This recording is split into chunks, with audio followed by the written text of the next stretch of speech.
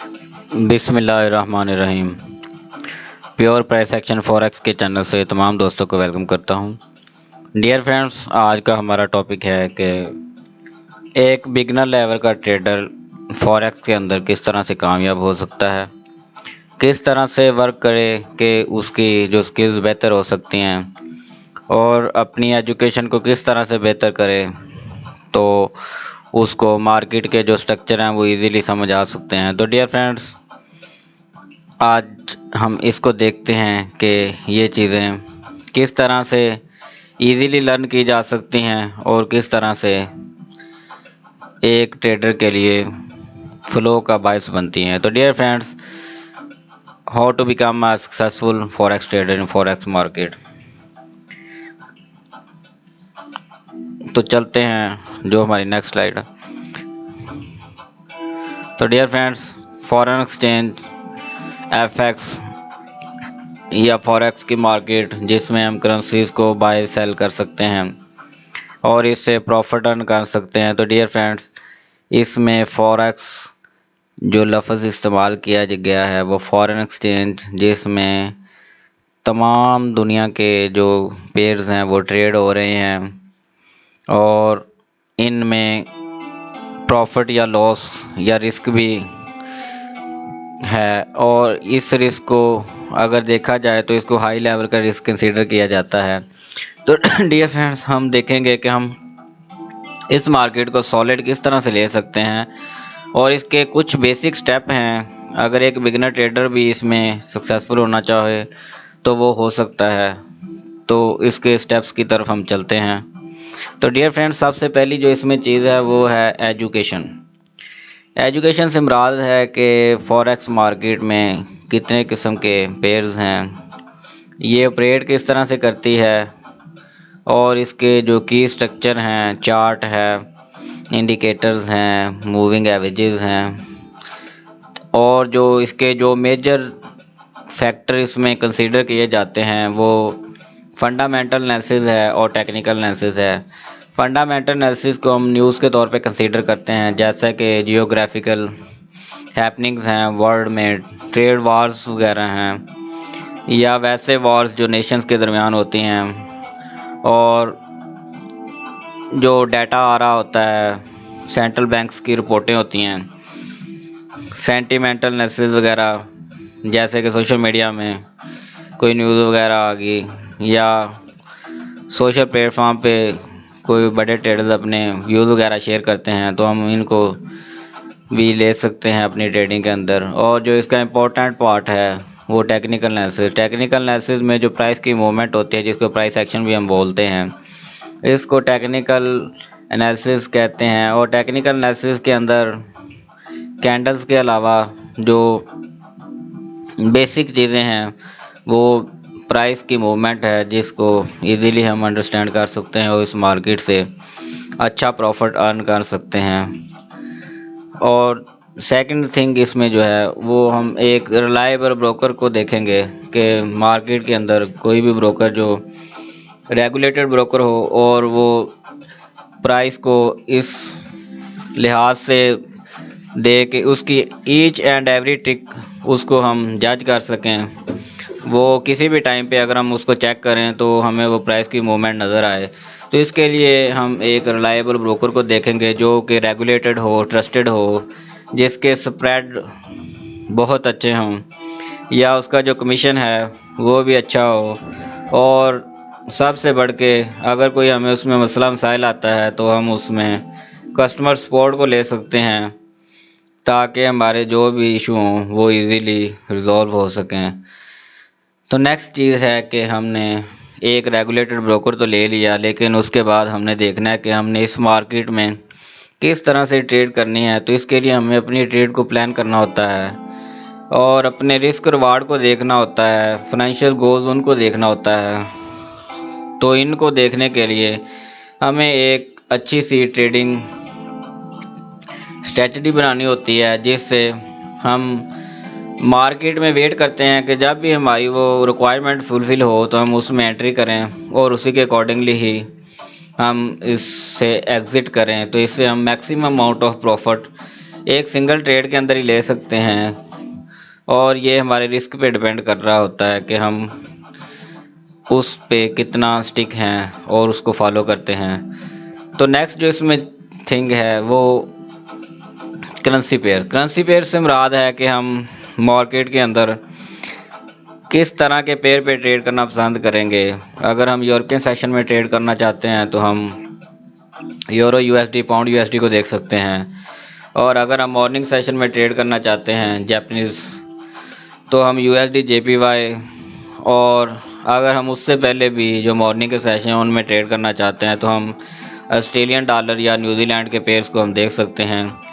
तो dear friends, हम अपनी चॉइस के मुताबिक किसी एक पेयर पे अगर स्टिक हो जाएं और उसको अच्छी तरह से लर्न कर लें कि वो कब सोता है कब जागता है, इसकी मूवमेंट कब ज़्यादा होती है कब कम होती है, न्यूज़ के इसके क्या फैक्ट्स होते हैं, और ये टेक्निकली कैसे चलता है, फंडामेंटली कैसे चलता है, ईच एंड एवरीथिंग अगर हम एक ही पेयर के मास्टर बन जाएं तो वो हमारी ट्रेडिंग को इजी कर देगा।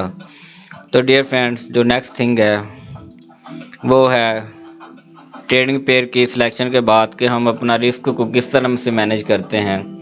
रिस्क मैनेजमेंट के लिए हमें टेक्निक्स अप्लाई करनी होती हैं, अपनी लेवरेज का ख्याल रखना होता है, स्टॉप लॉस वगैरह सेट करने होते हैं, और उसके अलावा जो सबसे बढ़ के चीज़ है कि हम अपनी पोजीशन को किस तरह से मैनेज करते हैं कि हम ओवर ट्रेडिंग ना करें, और जो मार्केट से प्रॉफिट आ रहा हो एक अपने प्लान के मुताबिक उसको बुक करें।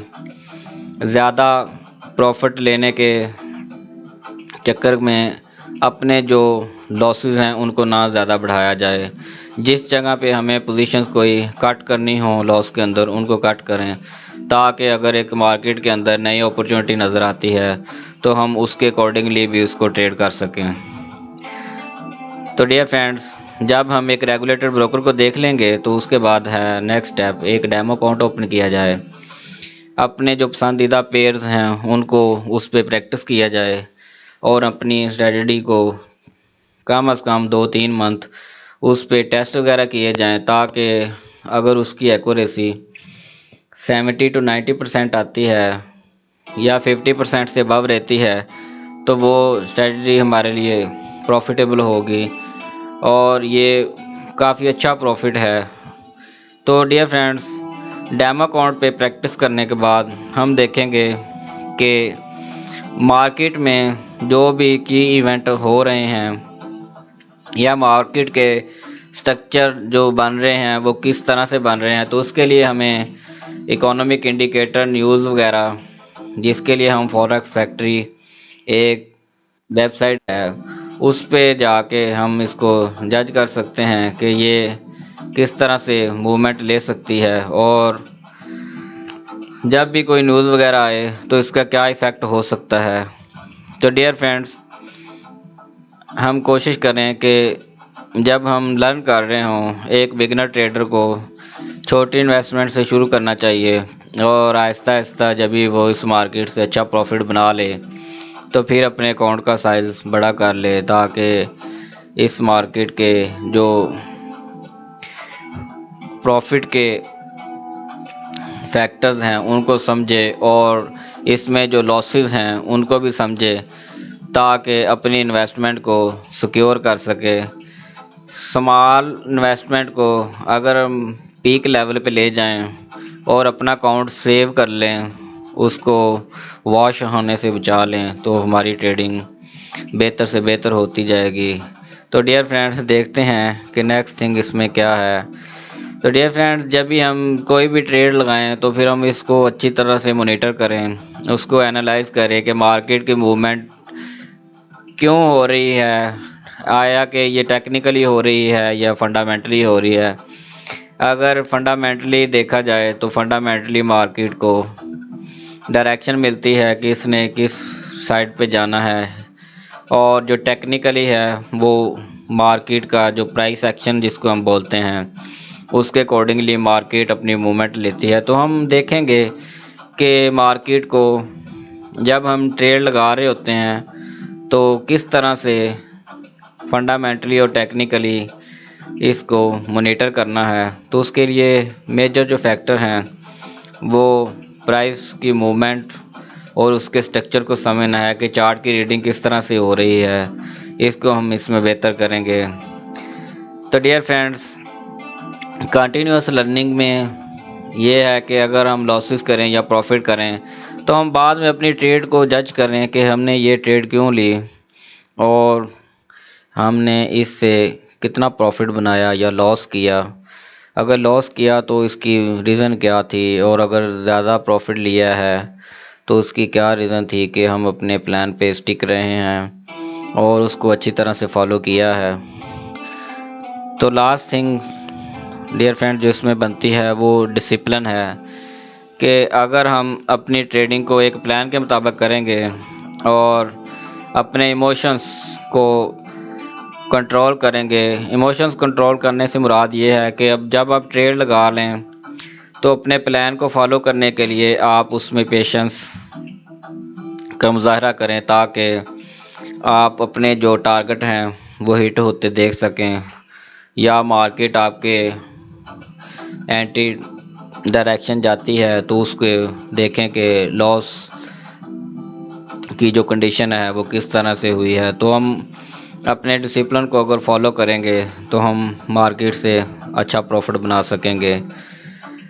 तो डियर फ्रेंड्स, इन सारी चीज़ों को देखते हुए हम अपनी जो लॉस की प्रोबेबिलिटी है और प्रॉफिट की प्रोबेबिलिटी है उनको अच्छी तरह से देख सकते हैं, और अपने कंट्री के जो रेगुलेटेड ब्रोकर हैं या अच्छे एनवायरनमेंट वाले ट्रस्टेड ब्रोकर हैं उनके साथ काम कर सकते हैं और इस मार्केट से अच्छा प्रॉफिट बना सकते हैं। तो डियर फ्रेंड्स, चलते हैं आप प्योर प्राइस एक्शन की वेबसाइट के ऊपर, देखते हैं कि वहाँ पे आपके लिए किस तरह से चीज़ें मैनेज की जा रही हैं। तो डियर फ्रेंड, अब आप प्योर प्राइस एक्शन फॉरेक्स की वेबसाइट पे मौजूद हैं। आपका मेंटर, आपका ऑनलाइन टीचर साजिद अली भुट्टा आपको यहाँ पे तमाम किस्म के एजुकेशनल सिग्नल्स और मार्केट के एनालिसिस प्रोवाइड करेगा, जिसमें आप अपने पसंदीदा ब्रोकर के साथ अकाउंट ओपन करके इस मार्केट से अच्छा प्रॉफिट बना सकते हैं। तो डियर फ्रेंड्स, इसके लिए हमारी वेबसाइट पे हमारा डिस्क्लेमर मौजूद है। हमारी तमाम वीडियोस, तमाम मटेरियल एजुकेशनल है। डियर फ्रेंड्स, फॉरेक्स एक रिस्की बिजनेस है, इसलिए इसको पहले अच्छे तरीके से सीखिएगा और फिर इसी में ट्रेड कीजिए। तो डियर फ्रेंड, चलते हैं अब फॉरेक्स फैक्ट्री की वेबसाइट के ऊपर। फॉरेक्स फैक्ट्री में आपको तमाम किस्म के जिसको हम फंडामेंटल न्यूज़ कहते हैं, फंडामेंटली जो भी मार्केट के स्ट्रक्चर वगैरह होते हैं, न्यूज़ के हवाले से सेंट्रल बैंक की रिपोर्टें होती हैं, या इसमें कोई अनएक्सपेक्टेड न्यूज़ वगैरह आ रही होती है तो वो भी हम इधर से जज कर सकते हैं कि डाटा कौन सा आया है और वो किस तरह से इस मार्केट को अफेक्ट कर सकता है। तो डियर फ्रेंड्स, जो नेक्स्ट थिंग है कि हमारे यूट्यूब चैनल के ऊपर प्योर प्राइस एक्शन फॉरेक्स पे आपको तमाम किस्म के स्ट्रक्चर और एनालिसिस वगैरह प्रोवाइड किए जाते हैं ताकि आप अपनी ट्रेडिंग को हमारे चार्ट्स देखते हुए बेहतर से बेहतर कर सकें और इस मार्केट के स्ट्रक्चर को फॉलो करते हुए इससे अच्छा प्रॉफिट बना सकें। तो डियर फ्रेंड्स, अगर आपने हमारे साथ कोई मशवरा करना है तो आप हमारे व्हाट्सएप नंबर पे या हमारी ईमेल पे रब्ता कर सकते हैं और अपनी ट्रेडिंग को बेहतर से बेहतर कर सकते हैं। तो डियर फ्रेंड्स, मिलते हैं एक नई वीडियो के साथ। अल्लाह आपका हामी और नासिर हो। Thank you.